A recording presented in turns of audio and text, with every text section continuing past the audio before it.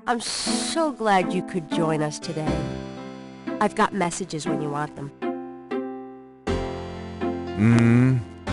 I also checked out Kazanu. There are multiple listings in the white pages. I got the page, but you'll have to figure out the right one. Great, thanks. Hello and welcome back to The Dark Place. Once again we are heading to New Orleans to carry on the adventures of Gabriel Knight and his continued obsession with committing as many crimes as possible. Now, if you haven't seen part 1, make sure you check that out first, or you might be a little bit lost. Although, to be honest, we haven't actually done all that much to solve the Voodoo murders yet. Mostly we've been flirting and stealing police badges. So we start day 3, hopefully starting by getting some evidence. Grace. Actually, our first job is to track down the old lady from the drugstore, who, if you remember, was having issues with a sleep knot bag. So we actually have to ring a load of Casanos to try and work out which one's the right one. Do you or does anyone in your family patronize the Dixieland drugstore? I'm a busy man. What are you selling? Nothing. Good. Goodbye. Hi, you won a customer raffle at the Dixieland drugstore? No soliciting, please. Hi. Sorry to bother you again, but I was wondering if you know anything about voodoo. I don't believe this. Buzz.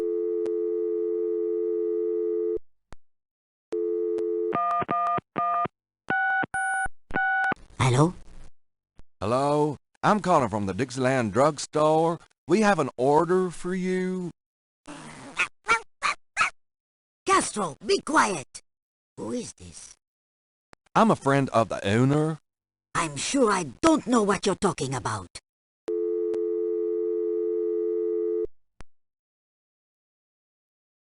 Now that we know the name of Miss Casano's dog, we call the dog vet place and con them into giving us the old lady's address, which I'm fairly certain is illegal. But once we've done that, we have bigger fish to fry, because we are going to sit in on a police interrogation, which, again, I'm fairly certain is illegal, or at least a sackable offence for the police officers in question, namely Inspector Mosley. Try not to sell out the store while I'm gone. Glad you made it. It'll give you a feel for how I am in action. You know, handling suspects, that sort of thing. I'm sure it'll be invigorating. Who is this guy anyway? So this guy is Crash. He is a police rat, and he's been brought in for some information on the Voodoo murders. But unfortunately, he's not really willing to give us anything, and so we let him go. But he is important, and he will come up later. By now they know I'm here. I mean, it's different when I'm supposed to come here. Well, if I can send a message. Tell him I didn't say nothing. Christ, he's frickin' useless. Take him back to detaining, would you, Tony?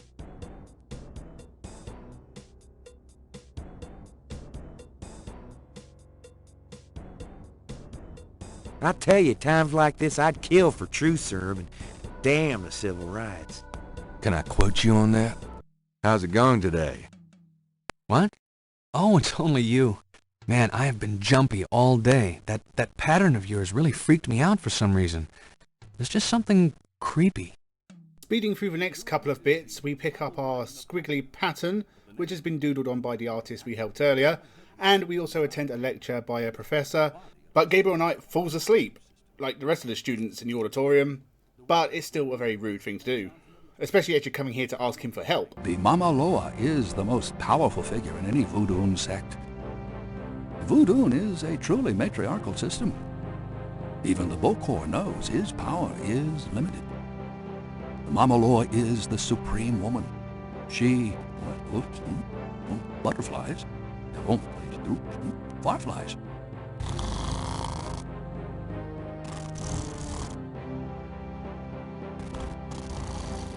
So we leave the professor with a few bits to look at for us, and we move on to the cemetery, where we just happen to bump into Maria Getty. Malia. Mr. Knight, what are you doing here? My family's tomb is here. Mine too. I noticed. Subtle. Well, Mr. Knight, if there's nothing else. Don't go. I need to talk to you. Whatever for. I can't stop thinking about you. I've been in your thoughts too. I can see it in your eyes. Mr. Knight, you don't know anything about me. I'm not in a position to get involved. I've said that a million times myself, but this is different. I think we both know we can't fight it. Oh, I can't believe I'm saying this. To be fair to Gabriel Knight, he's telling the truth. His family tomb is here, but we all know that's not why he's here. And of course, the cemetery in front of the grave of their family is the best place to hit on a woman. We all know that. That's the general strategy. I think I heard Andrew Tate say it once. Once again, Maria Geddy rebuffs our flirts, and so we leave.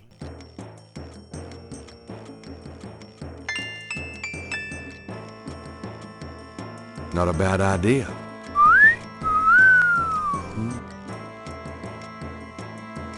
Yep.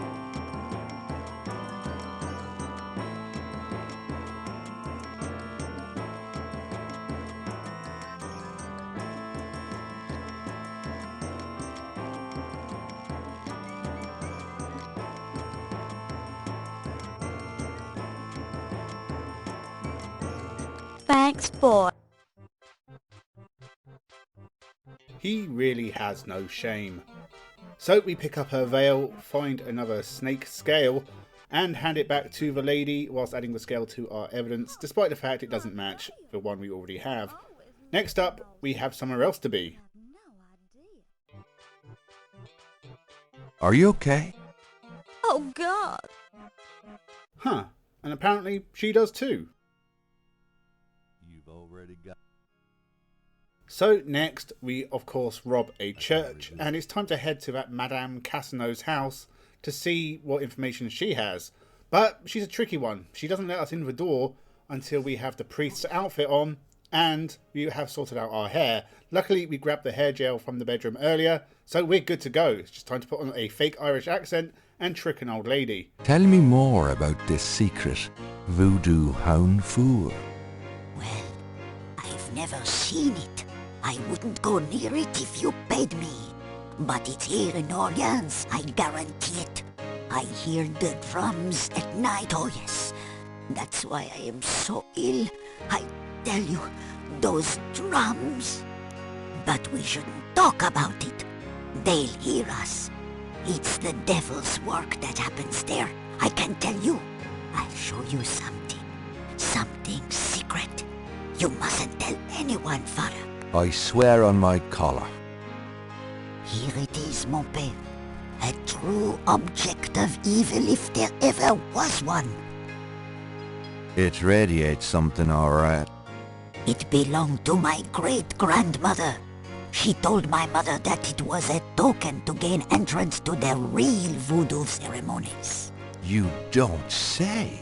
To tell you the truth, I always felt nervous about having it in the house. You know, evil influence and all. Oh, I can see how you would, yes. And yet, I could never part with it. It's been in the family for generations. Would you bless it for me, Father? I feel strange asking such a thing of you, but surely you understand. Bless this bracelet of a snake, even though its vibes aren't great.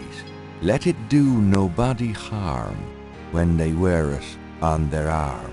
Voodoo spirits, go away. Don't come back another day. And now, let us pray. So after our little nursery rhyme, we make a clay impression of the snake bracelet, and we go to Napoleon House to find Sam the jeweler, who is losing at chess for the 1000th time against his friend. We give him some voodoo oil, which makes him very lucky, and he beats his friend and agrees to turn the clay mould into an actual bracelet for us, which is very, very helpful. We just have to get it the next day. But for now, let's head back to the shop and end day 3. I did it! Yippee!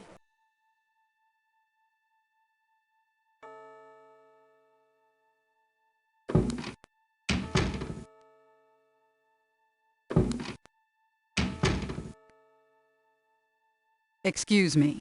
I'm going inside. Oh, excuse me, I'm afraid St. George's is closed for the day. I'm not a customer. I'm here to see the owner. Why don't you just leave your name and number with me, and I'll tell him you stopped by. Listen, if Gabriel is here, he'll want to see me. Is he here? Really couldn't say for certain, but in the morning... Gracie, say goodnight. Ugh.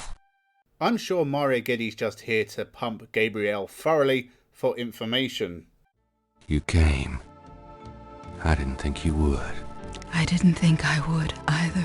So we deal with a very jealous Grace in the morning, and she gives us some information, but we start day 4 with a few things to do. You're not speaking to me this morning? Don't be silly. I just have nothing to say. Did you find out anything about that pattern I gave you? Yeah, I did find something.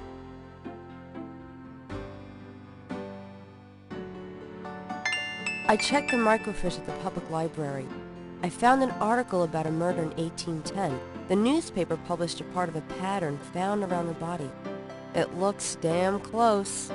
You're incredible. All that work. Forget it. Have it your way. So first we head back to Sam and collect our piece of jewellery, which he had some difficulty in making, which he presumes is because he's out of practice. But he's heading out on a round-the-world trip anyway, so we won't see him again in this game. Next up, we head to Jackson Square, where we see Crash acting shadily. So next we go to the Overlook and watch him through some binoculars to see what he's up to. He has a quick chat with one of the RADA drummers, and then heads to the cathedral, where we'll go and meet him. That's Crash. What the hell is he up to with that drummer? To talk to you. Ask you some questions. No way, man. I'm too sick. Let's go away. Come on. I have to know what you know about these voodoo people. You don't know nothing about nothing, man. You're so far out of it, you wouldn't understand anything. Just like that friend of yours, Mosley. Go away. I'm not like Mosley. I know more than you think I do. I'll believe you. Forget it, man. It's not worth my breath. Do you recognize this? Where'd you get that? Why? Do you know something about it? Know something about it? Look at this. It's the same snake. It's their sign. The mark of the snake. Without it, they'll never let you get close. The sign of the snake. Right. Your tattoo, my bracelet. Now, do you believe that I know something about these people? You know about them, I guess. Crash gives us some decent information this time, but unfortunately comes down with a case of the deads. Hey, are you alright? Someone! I need help! The eyes of the snake. Dambala. Oh, what snake? Crash!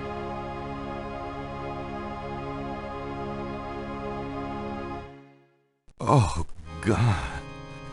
Oh, bastard. So Gabriel commits his next crime, tampers with evidence and messes with a dead body, making a copy of Crash's tattoo to go along with his other sketches and weird doodles that he's collected so far.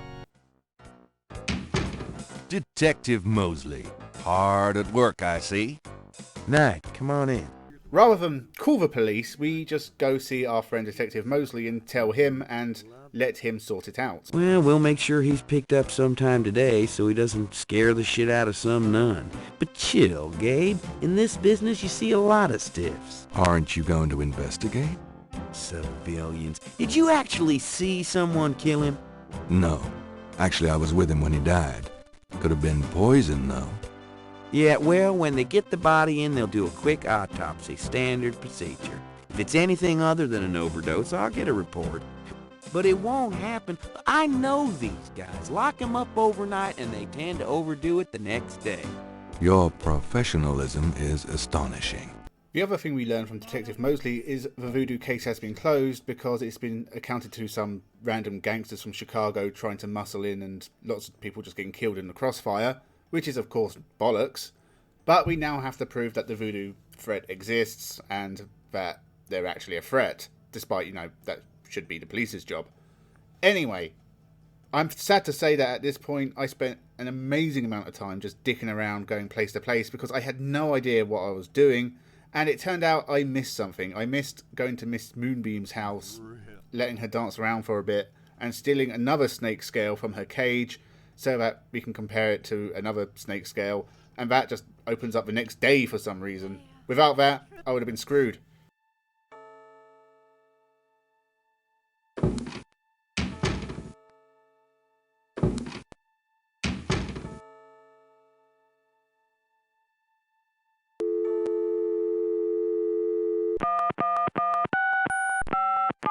Hello? It's me. I can't sleep. Me neither. Can I? Yes. Come.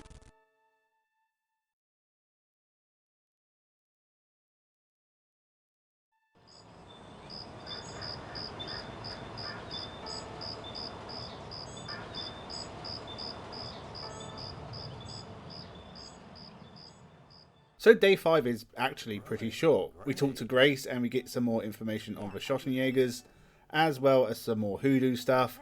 We go to the museum, have a snake thrown at us, and Dr. John gives us some cryptic clues. This gives us another snake scale that links this snake to the crime scene, and that means we can now prove that the voodoo threat is real, apparently.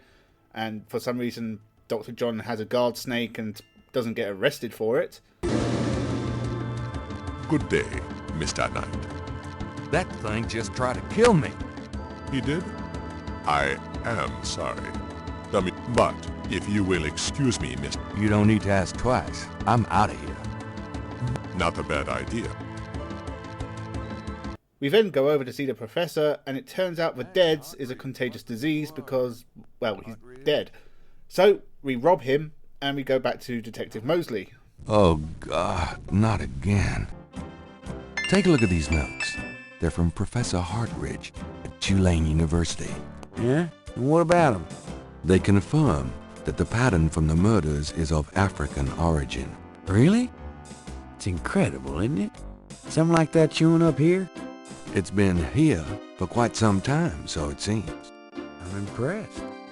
Okay, you've convinced me. The murders were done by a legitimate voodoo cult. I have these 2 snake scales. One's from the crime scene at Lake Pontchartrain. The other's from a snake in the Voodoo Museum on Ursulines and Charters. Is this common? Do they all look alike? Not at all. They're both constrictor scales, and the coloring is the same. A python's coloring is quite individualistic. A python? That's right. Hardly an indigenous snake to Louisiana. Somehow, some way, the Voodoo Museum's python was at the scene of the Lake Pontchartrain murder. Well, I'd call that a lead, all right. Certainly suggests certain lines of inquiry at the museum. Not bad work, Knight. If we can tie them into this voodoo cult, we just might have something. Okay, I'll reopen the case. I hate to admit it, but you've done some pretty good detective work here, Knight. Well, you know what they say. Imitation is the sincerest form of flattery. Well, point taken. Glad I could inspire you. I'll check around the department, but I have a feeling I'm on my own. In fact, I better lock up this office just in case I step on a few toes.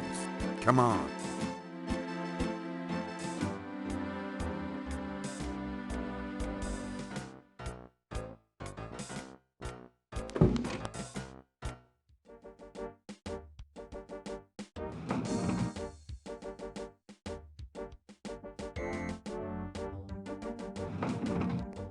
Now, lay low and let me handle this. Yeah, fine. But there's no way Gabriel Knight would ever let Detective Mosley take all the credit, so we continue to investigate. Although, for day 5, all we have left to do is go and leave a message on the wall of the cemetery, which will trick Dr. John into bringing something to somewhere, but we'll deal with that in the next episode. So make sure you subscribe so you don't miss more Gabriel Knight, and leave your thoughts in the comments below. Thank you very much for watching, and return soon to the Dark Place.